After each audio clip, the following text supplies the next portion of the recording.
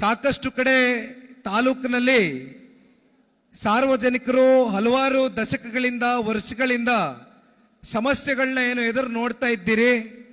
ಒಂದು 4 ಕಡೆ ಈಗಾಗಲೇ ಅವರು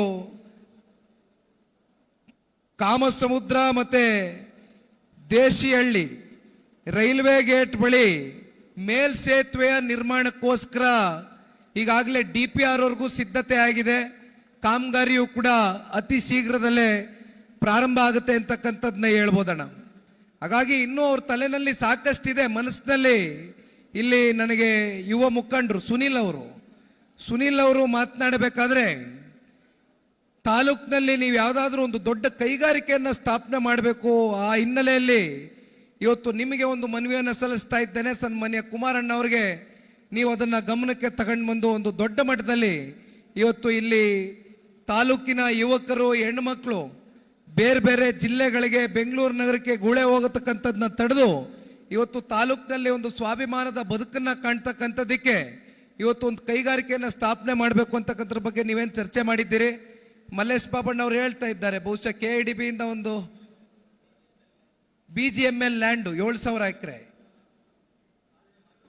ಅದು ಈಗಾಗಲೇ ಮಾತುಕತೆ ಹಂತದಲ್ಲಿ ಇದೆ ಅಂತಕ್ಕಂಥದ್ದನ್ನ ಸಂಸದರು ಕೂಡ ಹೇಳ್ತಾ ಇದ್ದಾರೆ. ಇದನ್ನು ನಾನು ಕೂಡ ಬಹಳ ಗಂಭೀರವಾಗಿ ಮನಸ್ಸಿಗೆ ತಗೊಂಡು ಯಾವ ರೀತಿ ನಾವು ನಮ್ಮ ತಾಲೂಕಿನ ಜನತೆಗೆ ಒಂದು ಸ್ವಾಭಿಮಾನದ ಸ್ವಾವಲಂಬಿಗಳಾಗಿ ಬದುಕ್ತಕ್ಕಂಥದ್ದಕ್ಕೆ ಒಂದು ಬದುಕನ್ನು ಕಟ್ಕೊಡ್ತಕ್ಕಂಥ ವ್ಯವಸ್ಥೆಯ ಬಗ್ಗೆ, ಒಂದು ಕೈಗಾರಿಕೆಯನ್ನು ಸ್ಥಾಪನೆ ಮಾಡ್ತಕ್ಕಂಥದ್ರ ಬಗ್ಗೆ ಈಗಾಗಲೇ ನೀವೆಲ್ಲರೂ ಏನು ಚಿಂತನೆಯನ್ನು ಮಾಡಿದ್ದೀರಿ.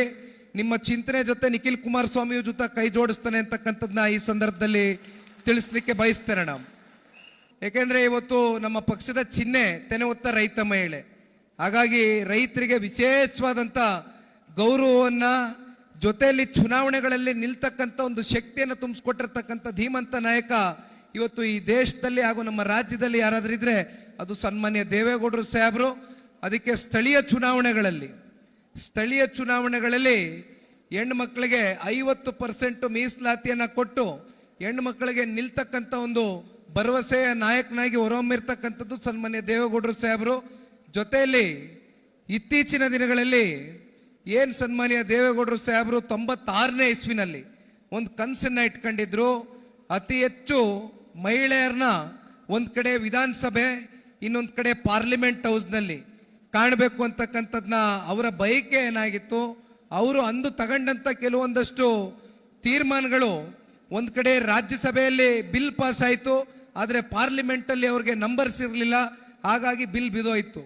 ಆದರೆ ಆ ಕನಸನ್ನ ನನಸು ಮಾಡಿರ್ತಕ್ಕಂಥವ್ರು ನಮ್ಮ ದೇಶದ ಗೌರವಾನ್ವಿತ ಹೆಮ್ಮೆಯ ಪ್ರಧಾನಮಂತ್ರಿಗಳಾಗಿರ್ತಕ್ಕಂಥ ಶ್ರೀ ನರೇಂದ್ರ ಮೋದಿಜಿಯವರು.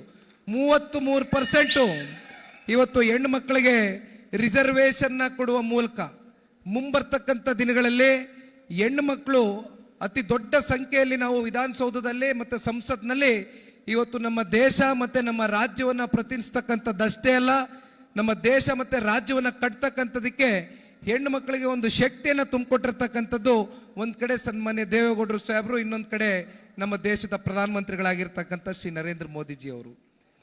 ಜನತಾದಳ ಪಕ್ಷದ ಅಭಿಮಾನಿಗಳು ಕೇವಲ 100-120 ಕ್ಷೇತ್ರಕ್ಕೆ ಸೀಮಿತವಾಗಿರ್ತಕ್ಕಂಥವ್ರಲ್ಲ. ಜನತಾದಳ ಪಕ್ಷದ ಕಾರ್ಯಕರ್ತರು 224 ವಿಧಾನಸಭಾ ಕ್ಷೇತ್ರದ ವ್ಯಾಪ್ತಿನಲ್ಲೂ ಕೂಡ ಇದ್ದಾರೆ. ಹಾಗಾಗಿ ಎಲ್ಲರಿಗೂ ಕೂಡ ಇವತ್ತು ಸಂಘಟನೆಯ ದೃಷ್ಟಿಯಿಂದ ಪಕ್ಷದ ವತಿಯಿಂದ ನಾವು ಅವರಿಗೆ ಧೈರ್ಯ ಕೊಡಬೇಕಾಗಿದೆ, ಒಂದು ದೃಢ ಸಂಕಲ್ಪವನ್ನು ತೊಡಬೇಕಾಗಿದೆ. ಆ ಹಿನ್ನೆಲೆಯಲ್ಲಿ ಇವತ್ತು ನಾವೆಲ್ಲ ಕಡೆ ಭೇಟಿ ಕೊಡ್ತೇವೆ, ಅನ್ಯತೆ ಭಾವಿಸ್ತಕ್ಕಂಥದ್ದು ಬೇಡ. 2ನೇ ಹಂತದಲ್ಲಿ ಖಂಡಿತವಾಗ್ಲೂ KGFಗೂ ಕೂಡ ಬರ್ತಕ್ಕಂಥ ಒಂದು ಕಾರ್ಯಕ್ರಮವನ್ನು ಆಯೋಜನೆ ಮಾಡ್ತೇವೆ. ನಾನು 86 kg ಇದ್ದವಳು 71 kg ಬಂದಿದ್ದೀನಿ. ವಯಸ್ಸಾದ್ಮೇಲೆ ಸ್ಮಾರ್ಟ್ ಆಗಿ ಕಾಣ್ತೀರಾ ಅಂದ್ರೆ ಜಿನ್ನಿ. 126 kg ವೇಟ್ ಇದ್ದು ನಾವು ಈಗ 114 kg ಲೆಕ್ಕ ಬಂದಿದ್ದೀವಿ. ಯಾವುದೇ ಸೈಡ್ ಎಫೆಕ್ಟ್ ಆಗಿಲ್ಲ. 84ರಿಂದ 50 kg ಬಂದೆ, ಆಮೇಲೆ ಸಣ್ಣಗೆ ಫಿಟ್ ಆಗಿದ್ದೀನಿ. ಅದಕ್ಕೆ ನಾನು ಯೂಸ್ ಮಾಡ್ತಾ ಇರೋದು ಜೀನಿ ಸ್ಲಿಮ್. 84ರಿಂದ 50 kg ಬಂದೆ, ಆಮೇಲೆ ಸಣ್ಣಗೆ ಫಿಟ್ ಆಗಿದ್ದೀನಿ. ಅದಕ್ಕೆ ನಾನು ಯೂಸ್ ಮಾಡ್ತಾ ಇರೋದು ಜೀನಿ ಸ್ಲಿಮ್. ಸಣ್ಣ ಆಗಕ್ಕೆ ಜೀನಿ ಸ್ಲಿಮ್ ಯೂಸ್ ಮಾಡದೆ ಹೆಲ್ದಿನೂ ಅದೇ. ನೀವು ಸಣ್ಣ ಆಗ್ಬೇಕಾ, ಹೆಲ್ದಿ ಆಗ್ಬೇಕಾ? ಹಾಗಿದ್ರೆ ಜೀನಿ ಸ್ಲಿಮ್ ಯೂಸ್ ಮಾಡಿ. ಸಣ್ಣ ಆಗೋದಕ್ಕೆ ಯಾವುದೋ ಪ್ರಾಡಕ್ಟ್ ಹೇಳ್ತಾ ಇದ್ದಾಳೆ, ಏನಾದರೂ ಸೈಡ್ ಎಫೆಕ್ಟ್ಸ್ ಇದೆ ಅಂತ ಯೋಚನೆ ಮಾಡ್ತಾ ಇದ್ದೀರಾ? ಖಂಡಿತ ಇಲ್ಲ, ಯಾಕಂದ್ರೆ ಇದು ಕೆಮಿಕಲ್ ಫ್ರೀ. ಸಣ್ಣ ಆಗಬೇಕು ಅಂದರೆ ಜೀನಿ ಸ್ಲಿಮ್ ಯೂಸ್ ಮಾಡಿ. ಹೆಚ್ಚಿನ ಮಾಹಿತಿಗೆ ಕೆಳಗೆ ಡಿಸ್ಪ್ಲೇ ಆಗ್ತಿರೋ ನಂಬರ್ಗೆ ಕಾಲ್ ಮಾಡಿ.